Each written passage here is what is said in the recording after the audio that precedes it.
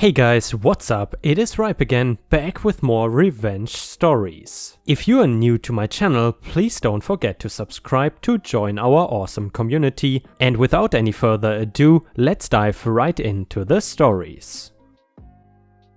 And the first story starts like this. I used to work at a pizzeria. There was this one customer that everyone hated. She was rude as hell, complained about everything. Every single order she ever received, she found something to complain about. And she was not a normal customer. No, she would order essentially groceries from us by ordering disassembled sandwiches. For example, she would order a chicken sandwich but with all of the ingredients separate and in particular amounts, with cutlery butter, a side of grated cheese, 3 plates, oil and vinegar on the side, medium rare toasted bread, whatever the F that means, extra packets of ranch, you get the idea.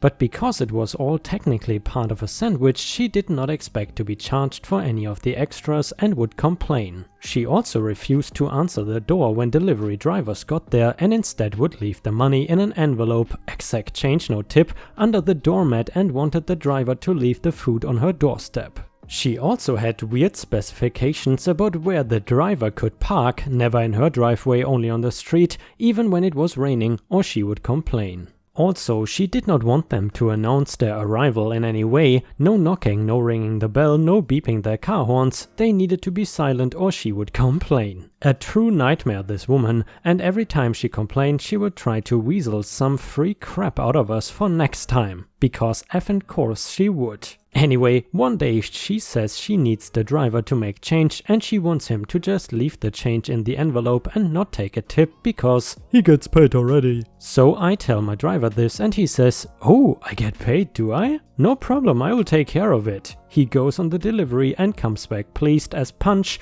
does not say a word about how he took care of it. I get distracted, keep working, and 10 minutes later I get a phone call. It is the crazy lady and she is furious because apparently my driver left her the correct change of $5.85 in the envelope like she asked, in pennies.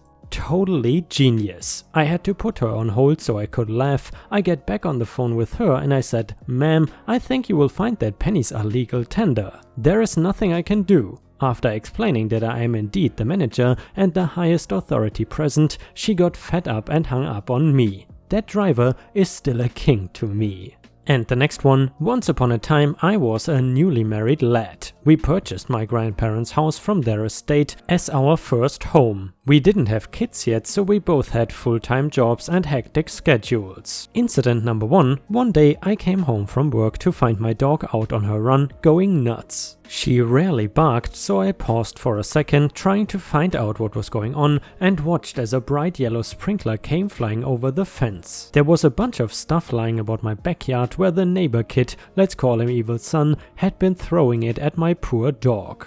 I walked next door and banged on the neighbor's door. The boy's mother, let's call her witch, came to the upstairs window, not even to the door, and yelled, "What are you doing on my property?" at me. By the way, this is my first interaction with this woman. I introduced myself and tried to explain what was going on. She immediately jumped to, "Do you have a video of my son throwing stuff?" And then inexplicably witch started blaming my wife and I. If we weren't such hermits, everyone wouldn't hate us so much. Odd, all of my neighbors waved when we went by, but we didn't interact more than that. She was the only one I didn't know. Anyhow, she went on and it turned out that she was upset that I didn't tell her that my grandmother had passed. Yeah, I hadn't told someone I didn't know about a family matter. Fine, whatever, I dropped the matter and left. Incident number 2, shortly thereafter I stopped working a regular 9 to 5 and started my own business, working out of my home. I noticed some mail went missing. One day I see the mail truck go by and put on shoes to go pick it up from the mailbox. When I get down there, I find the box empty and the witch walking away from it with my stuff in hand. I yell at her and she drops it in a pile on her driveway, proceeds to yell at me that it was blowing around her driveway and that I should be more careful. Yeah, so I call the cops. They are reticent to do anything since I didn't actually see her take the mail from my mailbox, but they still go over to talk to her. I can hear her yelling at them from inside my house. The next day she runs out and stands in front of my car, trying to confront me as I'm leaving. I tell her in no uncertain terms that I'm okay with running her over. Incident number 3, a neighbor's pet bunny went missing from its outdoor hutch. Another neighbor spots evil son down at the end of our cul-de-sac looking suspicious. Bunny is found strangled and mutilated where evil son was seen. Cops are called, denials, the works. Incident number 4, we were getting our house ready to sell. Part of that included stripping and repainting our attached deck. I come home from work and find a can of paint has been opened and thrown across the deck, some furniture and the side of the house. There are a few child-sized footprints through the paint. Cops come but don't give a damn. Incident number 5, evil son is expelled from his elementary school. He was found with a kill list containing most of his classmates. This was not long after Columbine and similar incidents, so folks were sensitive about stuff like that. Incident number 6, the witch has an extinction burst as they call it, blaming everyone for everything bad in her life. She puts flyers in everyone's mailboxes talking about a conspiracy against her. Did you know that that's actually illegal and punishable by a fine? She does now. Incident number 7, the witch takes a different neighbor to task out in the street. Turns out she does not have any friends anymore. Other neighbors join the fracas, ganging up on her. Turns out her kid killing their rabbit or her kid throwing rocks at their cars and various other events made her no friends. Incident 8, the witch gets kicked out of a city alderman meeting where she tried to have the entire neighborhood condemned for various imagined slights. Results: so after years of dealing with this woman's bullcrap, we prepared to move to a new house. We threw one last blowout party as one does. I get a little inebriated and went on a rant about how little I was going to miss having that neighbor.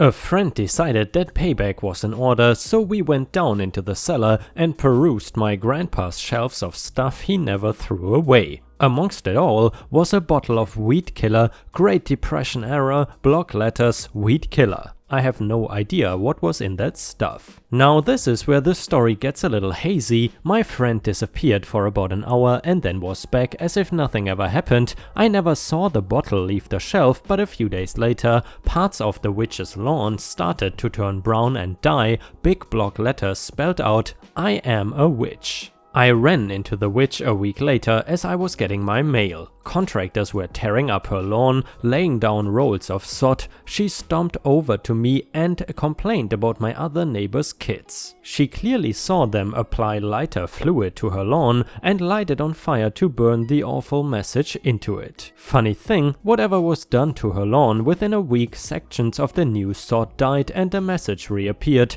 although blubbly and illegible. And I still have that yellow sprinkler. F that woman. And the next one, Trespass? Okay, sure. So, a little backstory. I own a $600,000 plot of land, a few trees, but it did not disrupt my house. The previous owner had fenced the whole area in a small metal fence. Alright, so I have this neighbor. His land is a little small, but he is right next to mine, so the previous owner could not fence it without having an argument. He told me this, so I put up signs around that area stating, "Warning, going beyond this point is trespassing." A small river also goes nearby, which is where I fish. One day I go fishing, and as you can guess, I see this guy walking on my side of the fence, as this was pretty far away from his land, about 50 meters or so, walking his dog. I place my equipment down by the river on a rock and walk towards him. I stand in front of him and the expression on his face was clearly pissed. He yells at me to move it. I calmly explained that he was trespassing and that I could have him fined or even arrested. He started to yell at me, and through the loud words and insults I learned that this guy's dad is the police chief. He then scoffs at me and continued walking. His dog even chewed up my bait bag. I immediately took my fishing equipment minus the bait and go home. I called the cops, but they said that without proof there was nothing they could do. This annoyed me a little bit, so I did a little researching. Apparently bears live in forests around both mine and his property. I decided I could use this. I checked his property from the gap, and that is when I realized he had also kicked down my signs. This is where I decided to go from petty revenge to pro revenge. I noticed that he did not have any fencing. What luck! I went to town and bought some paint, metal poles and sheets, some bear traps and hired some builders. My plan took a full week to finish, but it is finally complete. Metal signs cemented into the ground with the word "Stay out, bear traps laid," painted on with a bear trap at the foot of each one. Then I lay bear traps around all of my property, but it is dense around the gap. I wait in my house for a few days before getting a phone call. It is my lawyer. He says that my neighbor filed a lawsuit and that I should come over to discuss the plan. I do and explain everything. I even provide him the purchase receipts. When we get to court, I learn what he sued me on. This was targeting his dog and purposely injuring it, of which caught the attention of PETA, who had a representative show up. I stayed quiet, only confirming or denying statements, and let my lawyer deal with everything. We won by a landslide and I was paid $25,000. I did spend some on his dog's medical bill, but that was only $175 since it only caught its tail. Needless to say, the guy stayed clear of my property. I like the peaceful fishing again. And guys, I almost forgot, if you enjoy my daily stories, please don't forget to post some star emojis in the comments if you want to support the channel. Thank you so much for your awesome daily support. I really appreciate it and it really helps the channel. Anyway, the next one starts like this. I occasionally deliver pizza as a part-time job.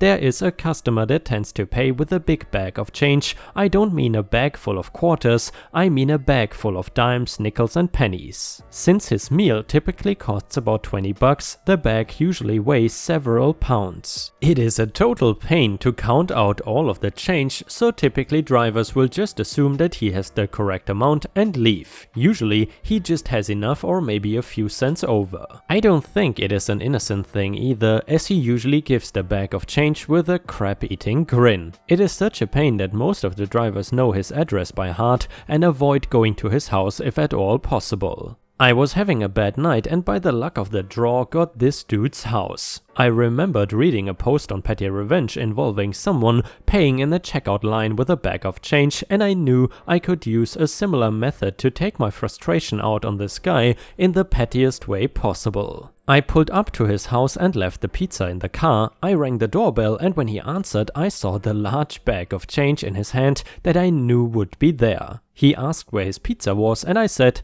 "New policy, sir. Gotta count it out before we can give out the pizza." So I sat down on his doorstep and started to count out all of the change. At one point, I even asked if he could turn on his porch light because I was having a hard time seeing. He did end up sitting there while I counted out the entire bag of change, even though it took about 10 minutes. He ended up being about $1 over, so I started picking up pennies to give him his change back. That is when he said that I could keep the rest as a tip. When I gave him his pizza, he sheepishly told me sorry and then shut the door. The whole situation was incredibly awkward, and to my knowledge he has not ordered pizza from us in a while. Oh well.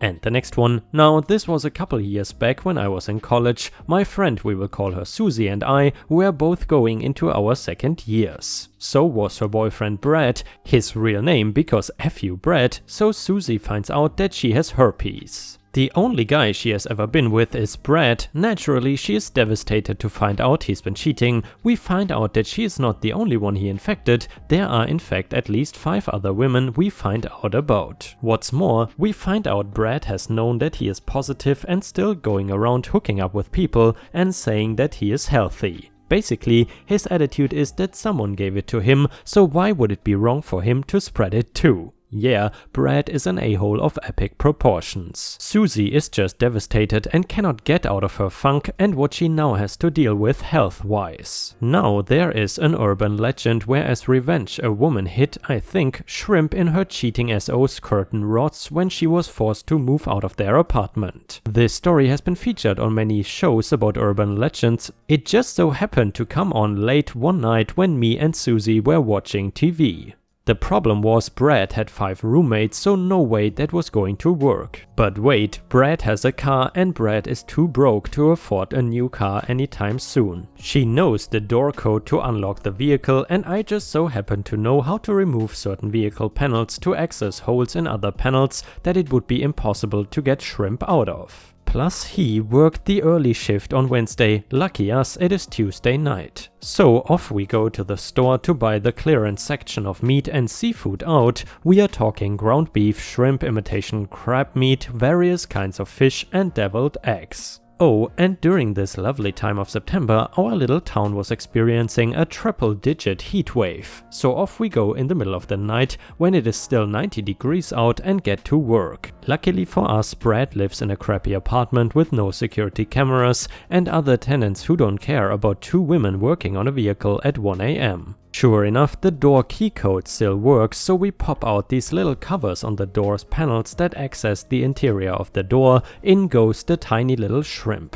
Then we remove the plastic panels from the wheel wells and in goes some ground beef and deviled eggs. Next was his liftgate. Anyway, you get the idea. We put his car back together and off we go. Over the next few days, the smell just got worse and worse. The apartment complex manager asked him to move the car off the grounds because of the smell. Our town also has some mean feral cats that roam around. They just effing love hanging around his car, so not only did it stink, but he risked being attacked by some mean ass feral cats. He would have to always have the windows cracked open at least a little. The best part is Brad and I have the same major, so over the next 3 years I see him a lot. He became notorious for his horrible smelling car. He could not afford to replace it, no one would buy it, no matter how many times he had cleaned, the smell remained and no one could figure out where the odor was coming from.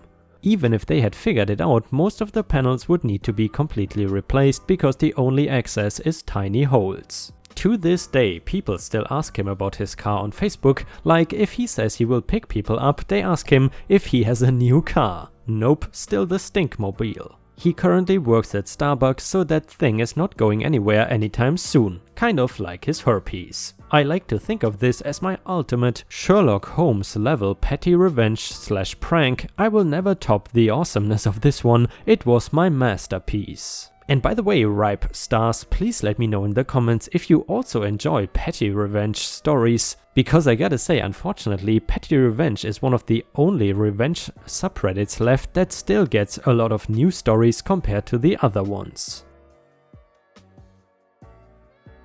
And Ripe Stars, unfortunately we have already reached the end of today's video. I hope you enjoyed the content. However, if you cannot wait for more Ripe content, then I suggest you head on over to patreon.com/ripeyoutube, where you can find more exclusive Reddit content read by me. Patreon subscriptions start at just $1 per month, and for $1 your name will show up at the end of each of my new videos. However, if you are willing to spend $3 per month, you will get access to more than 50 exclusive Reddit videos, mostly just no mother-in-law stories. However, please understand, I don't want to pressure anyone into spending money, because I am already incredibly grateful that you watch my videos every single day. Thank you so much for your daily support, it really means the world to me, and I hope to see you again tomorrow for the next video.